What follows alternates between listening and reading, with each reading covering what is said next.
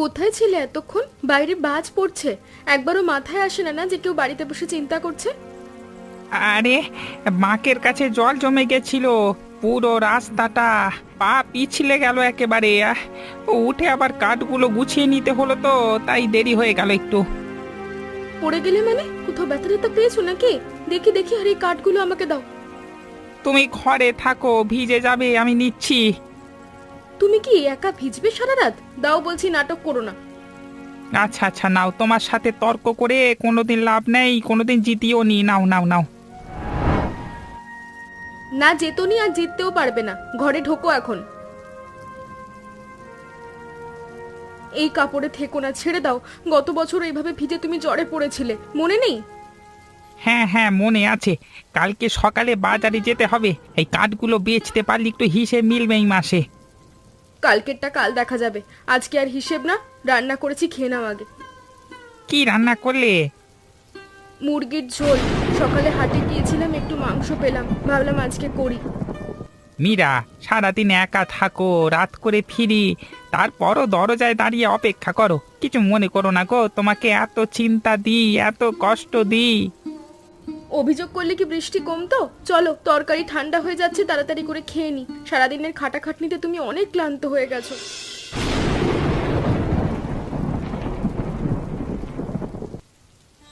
গন্ধটা খুব ভালো আসছে। কি মশলা দিলে? বেশি কিছু না, আদা রসুন আর একটু জিরা। বাড়িতে যা ছিল তাই দিয়েই করেছি। তুমি অল্প মশলায় যা রান্না করো, বেশি মশলায় অনেকেতে পারে না। বেশি মশলা কিনবো কোথা থেকে? যা আছে তাই দিয়েই চালাতে হয়। সেটা বলছি না, সত্যি বলছি, গ্রামে কেউ তোমার মতো রাঁধতে পারে না। ভাগ্য করে একটা বউ পেয়েছি বটে, হাতের রান্না একেবারে অসাধারণ।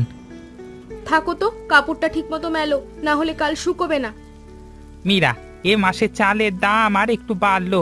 মহেশের দোকানে গিয়েছিলাম, বলল আরো বাড়বে। মহেশ যা বলে তার অর্ধেক সত্যি, বাকি অর্ধেক তার নিজের স্বার্থের কথা। তা ঠিক, লোকটা ভালো না, কিন্তু গ্রামে ওর দোকান ছাড়া আর উপায়ও নেই। উপায় বের হবে, আপাতত বসো, দেখো কেমন খেতে হয়েছে রান্নাটা। হ্যাঁ, এইটাই দরকার ছিল। তুমি খাবে না? খাচ্ছি, তুমি শুরু করো। শোনো শোনো, আমি বলছি তোমাদের, পাহাড়ের ওই উত্তর দিকের জমিটা এখনো না কিনলে পরে পস্তাবে। আমি খোঁজ নিয়ে দেখেছি, ওখানে রাস্তা হবে কিছুদিনের মধ্যে। রাস্তা হলে জমির দাম 3 গুণ হয়ে যাবে। তা কত টাকা লাগবে মহেশদা? সেটা নিয়ে ভেবো না, আমি ব্যবস্থা করে দেব। কিছু টাকা দাও, বাকিটা পরে শোধ করো, কিন্তু সুযোগটা ছাড়লে চলবে না। কিন্তু ওই জমিতে তো গাছপালা আছে, কাটতে দেবে সরকার? সেটা আমি দেখব, কাগজপত্র আমার কাছে আছে, চিন্তা করো না তোমরা। তোমাদের শুধু একটু বিশ্বাস রাখতে হবে। মহেশদা বললে তো ভরসা আছে। দেখো, এই গ্রামে যারা আমার কথা শুনেছে তারা কেউ ঠকেনি, আর যারা শোনেনি তাদের কথা নাই বললাম। আচ্ছা, বাড়িতে একটু বলে দেখি। বলো বলো, তবে বেশি দেরি করো না, এই সুযোগ সবার জন্য না।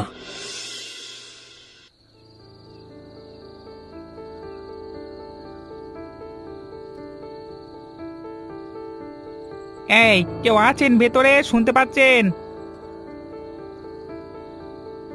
এই ভাই, চোখ খুলুন, আমি আছি। এই এই যে। মাথায় লেগেছে। ঠিক আছে ঠিক আছে, আমি বের করছি, একটু সহ্য করুন। পাটা নাড়াতে পারছি না ঠিক মতো। হাসপাতাল এখান থেকে অনেক দূর, এই বৃষ্টিতে রাস্তাও খারাপ। আমার বাড়িতে চলুন আগে, আপনাকে এই অবস্থায় নিয়ে যাওয়া যাবে না। না না, আপনাকে কষ্ট দিতে চাই না। কষ্টের কথা এখন না, আপনাকে এখানে রেখে যাওয়া যাবে না। উঠুন উঠুন, হাত দিন আমার কাঁধে। গাড়িতে একটা ব্যাগ ছিল, সমস্ত যাবতীয় জিনিসপত্র ছিল। আপনি কোনো চিন্তা করবেন না, আমি সব নিয়ে যাব। আপনার শরীরটা খারাপ, আপনি তাড়াতাড়ি চলুন।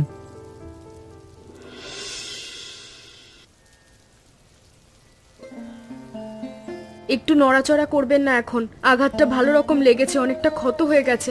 ভাগ্যিস ঠিক সময় আপনাকে তুলে আনা হয়েছিল। আপনারা অনেক কষ্ট করলেন, এভাবে না হলেও হতো। কষ্টের কি আছে, চুপ করে শুয়ে থাকুন। এরকম একটা মানুষকে অসহায় অবস্থায় তো ছেড়ে দেওয়া যায় না। আপনাকে সুস্থ করা আমাদের কর্তব্য। আপনার স্বামী একা আমাকে এতটা পথ টেনে এনেছেন। ও অভ্যস্ত আছে কষ্টে, আপনি ভাববেন না। এই ওষুধটা একটু জ্বালা করবে, তবে তাড়াতাড়ি আপনার ক্ষতটা ঠিক হয়ে যাবে, আপনি সুস্থ হয়ে উঠবেন। হ্যাঁ, টের পাচ্ছি। সহ্য করুন, তারপর দেখুন সব ঠিক হয়ে গেছে। আপনাদের বাড়িতে ছোট বাচ্চা আছে? না, কেন? এই রাতে একজন অচেনা মানুষকে ঘরে নিয়ে এলেন, ভয় করলো না? ভয় পেলে মানুষ বাঁচায় কিভাবে? একটু শুয়ে থাকুন, জ্বর আসতে পারে রাতে। উঠতে হবে না, এভাবেই খান। মাথায় চোট আছে, নড়াচড়া কম করলেই ভালো। না, একটু বসতে পারবো। শুয়ে শুয়ে খেতে অভ্যেস নেই। এই মশলার গন্ধটা কি রান্না করেছেন অনেকক্ষণ ধরে পাচ্ছিলাম। মুরগির ঝোল, বাড়িতে যা মশলা ছিল তাই দিয়েই করেছি, বেশি কিছু না। খান, ঠান্ডা হয়ে যাবে।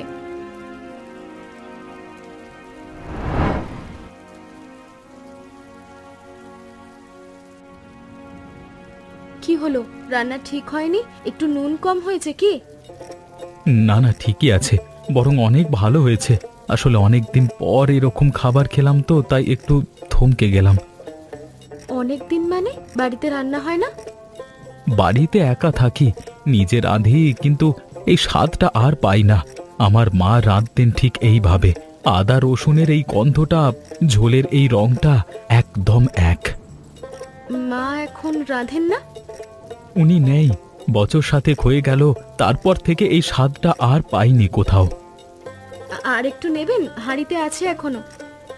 হ্যাঁ, নেব, যদি কষ্ট না হয়। কষ্টের কি আছে, বসুন, আমি আনছি। শুনলে, রবি নাকি কাল রাতে একটা অচেনা লোককে বাড়িতে এনেছে। কেউ চেনে না লোকটাকে, কোথা থেকে এসেছে কেউ জানে না। তাই নাকি? আমি তো কিছুই শুনিনি। কোথা থেকে এলো লোকটা? সেটাই তো কেউ বলতে পারছে না। গাড়ি নিয়ে আসছিল, রাস্তায় পড়ে গেছে নাকি। কিন্তু এই পাহাড়ি রাস্তায় এত রাতে শহরের গাড়ি নিয়ে কে আসে? কোনো কাজ ছাড়া তো কেউ আসে না। এটা তো ঠিকই বলেছ, রাতের বেলায় রাস্তায় কেউ আসে না এমনিতে। রবি বেচারা সহজ মানুষ, মনে দয়া আছে, বুঝতে পারিনি। কিন্তু অচেনা একটা লোককে ঘরে রাখা কি ঠিক? গ্রামের নিরাপত্তার কথাও তো ভাবতে হবে। আমাদের ছেলেপুলে আছে, মেয়ে মানুষ আছে। তাও তো ঠিকই বলেছ, মোড়লকে বলো না ব্যাপারটা। বলবো, অবশ্যই বলবো, কিন্তু তার আগে তোমরা সবাই একটু সতর্ক থেকো। কে কোথা থেকে আসছে, কেন আসছে, কার সাথে মিশছে, এসব একটু খেয়াল রাখো। গ্রামের মানুষকে গ্রাম রক্ষা করতে হবে। হ্যাঁ, সেটা তো ঠিকই। আচ্ছা, লোকটা দেখতে কেমন? শহরের মানুষ বোঝা যায়, কিন্তু আসল পরিচয় কেউ জানে না। রবিও জানে না বলে মনে হয়। এটাই তো চিন্তার কথা।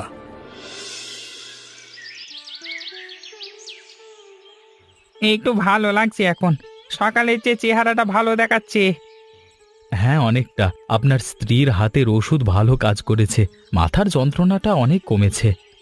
ও এইসব ছোটবেলা থেকে শিখেছে। এই পাহাড়ি ডাক্তার কম, হাসপাতাল অনেক দূরে, তাই নিজেরাই সামলাতে হয় অনেক কিছু।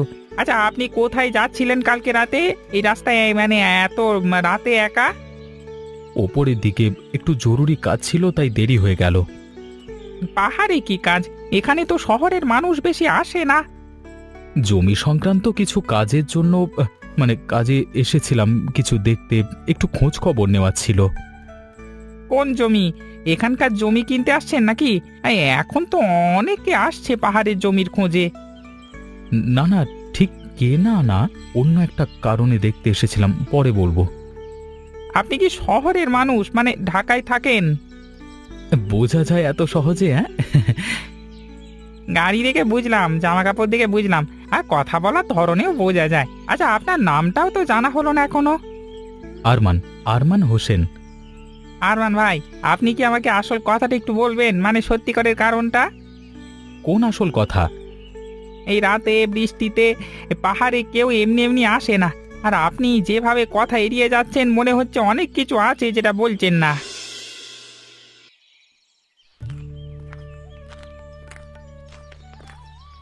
ঘর থেকে বের হলেন, পা ঠিক আছে তো? একা একা কিন্তু বের হওয়াটা ঠিক হয়নি। পা ঠিকই আছে, একটু ভালো লাগছিল তাই বের হলাম। ঘরের মধ্যে বসে থাকতে ভালো লাগছিল না। আপনাদের এত কষ্ট দিচ্ছি। কষ্টের কথা বলবেন না বারবার। মাথা ঘুরছে না তো? ওষুধ খেয়েছেন সকালে? হ্যাঁ, খেয়েছি। মাথা ঠিকই আছে। এই পাহাড়টা সত্যি অনেক সুন্দর। ভোরবেলায় দেখতে আরো ভালো লাগছে। হ্যাঁ, আমরা এখানেই জন্মেছি, এখানেই বড় হয়েছি। এই পাহাড়া ছাড়া অন্য কোথাও থাকার কথা ভাবতে পারি না। এই গাছপালাগুলো, এগুলো কি সব পুরনো? এত বড় গাছ এখন আর বেশি দেখা যায় না। অনেক পুরনো। কোনোটা আমার দাদার আমলের আগে। বাপদাদারা বলতেন এই গাছগুলো এই পাহাড়ের প্রাণ। কেন জিজ্ঞেস করছেন এগুলো? এমনি এরকম গাছ দেখলে মনটা ভালো হয়ে যায়, আর মনে হয় এগুলো যেন টিকিয়ে রাখা দরকার। দেখা যায় না কারণ মানুষ কেটে ফেলে। লোভ দেখালেই কেটে দেয়, কেউ একটুও ভাবে না।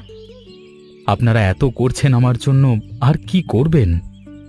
আপনি বারবার এই কথা কেন বলছেন? যথেষ্ট কি অযথেষ্ট সেটা আমরা বুঝবো।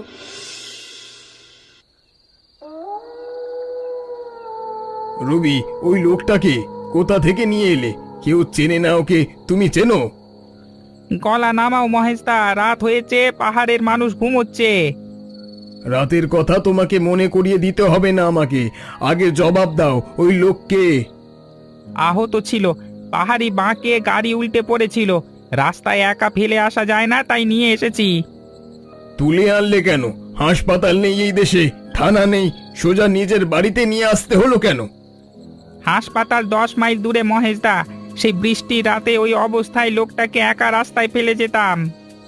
তোমার এত দায়িত্ব নেওয়ার দরকার নেই সব কিছুতে। ওই লোককে, কোথা থেকে এসেছে, কেন এসেছে, কিছু জানো তুমি? এখন জানি না, সুস্থ হলে কথা হবে, তখন জানবো। ততক্ষণে কি হবে সেটা ভেবেছো? গ্রামে কোনো ঘটনা ঘটলে দায় কে নেবে? তুমি নেবে? গ্রামের নিরাপত্তার এই চিন্তাটা তোমার হঠাৎ হলো কেন মহেশদা? এই পাহাড়ে এত বছর ধরে আছো, এই চিন্তা আগে কোনোদিন দেখিনি তোমার মধ্যে, আজকে হঠাৎ এলো কোত্থেকে? মানে আমি গ্রামের ভালো চাই। গ্রামের ভালো চাইলে রাত করে দরজায় এসে চিৎকার না করে কালকে সকালে আসতে। এখন যাও। কি ব্যাপার? কি সমস্যা হয়েছে? এত রাতে এই চিৎকার কেন? আপনি কে? আপনাকে তো চিনলাম না। আমি আরমান হোসেন, পাহাড় রক্ষা প্রকল্পের পরিচালক। সরকারি বিভাগ থেকে এই অঞ্চলের দায়িত্বে আছি। মানে আপনি এখানে? হ্যাঁ, আমি এই পুরনো অঞ্চলের পাহাড় আর বনভূমির তদারকি করি। কালকে রাতে আসতে গিয়ে রাস্তায় দুর্ঘটনায় পড়লাম। এই পরিবার আমাকে সেখান থেকে তুলে এনে সুস্থ করেছে। আমরা তো জানতাম না আপনি কে, নইলে আমরাও। জানার দরকার ছিল না। মানুষ বিপদে পড়লে পরিচয় দেখে সাহায্য করতে হয় না। কিন্তু আপনি কে, আর এত রাতে এখানে কেন? আমি মহেশ, গ্রামের ব্যবসায়ী। একটু খোঁজ নিতে এসেছিলাম। বুঝেছি। আমিও আসলে এই অঞ্চলে খোঁজ নিতেই এসেছিলাম। কালকে থেকে অনেক কিছুই জানা হয়ে গেছে।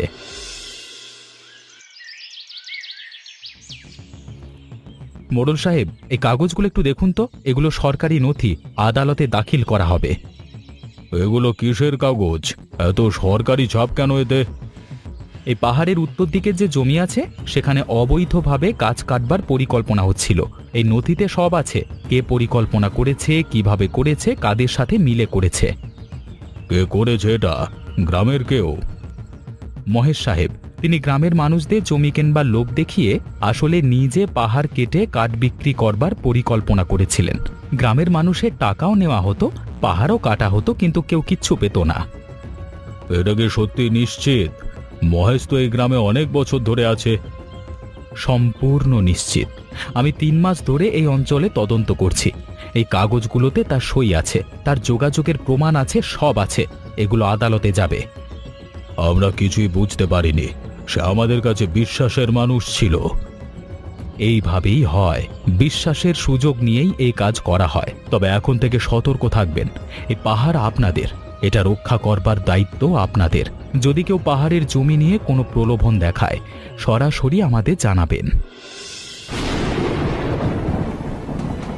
তোমরা সবাই এভাবে চুপ করে দাঁড়িয়ে আছো? এত বছর একসাথে ছিলাম, কেউ একটা কথাও বলবে না? এই গ্রামে আমি কত কিছু করেছি, বন্যায় সাহায্য করেছি, অসুখে ওষুধ এনে দিয়েছি, সব ভুলে গেলে? সেসব ভুলিনি মহেশদা, কিন্তু যা করেছো তার হিসেব হয়ে গেছে। আমি তোমাদের ভালোর জন্যই বলছিলাম, জমি কিনলে সবার লাভ হতো। পাহাড় কেটে আমাদের ভালো হতো না, তুমি নিজে সেটা জানতে।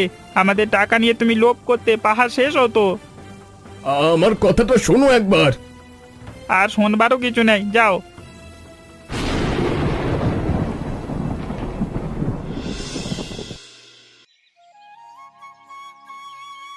এই ট্রাকটা একটু বাঁদিকে সরাও তো, ওইদিকে সরালে জায়গাটা বেশি কাজে লাগবে। এখানে কি ঠিক নেই, আমার তো ভালোই লাগছে। না না, ওইদিকে সরালে সামনে জায়গা বেশি হবে, মানুষ দাঁড়াতে পারবে।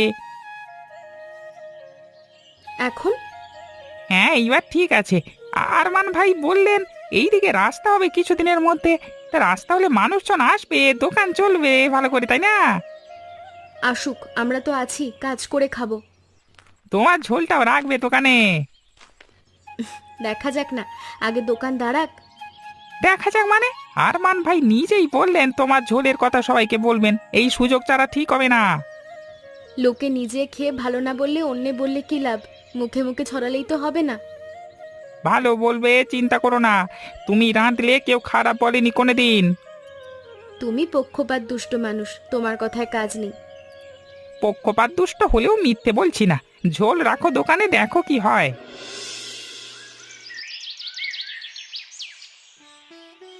মীরা ভাবি, এই ঝোলের কথা আমি ঢাকায় গিয়েও বলবো, এই স্বাদ ভুলতে পারবো না। আরে ভুলতে হবে না, আবার আসবেন, আবার খাবেন। অবশ্যই আসবো।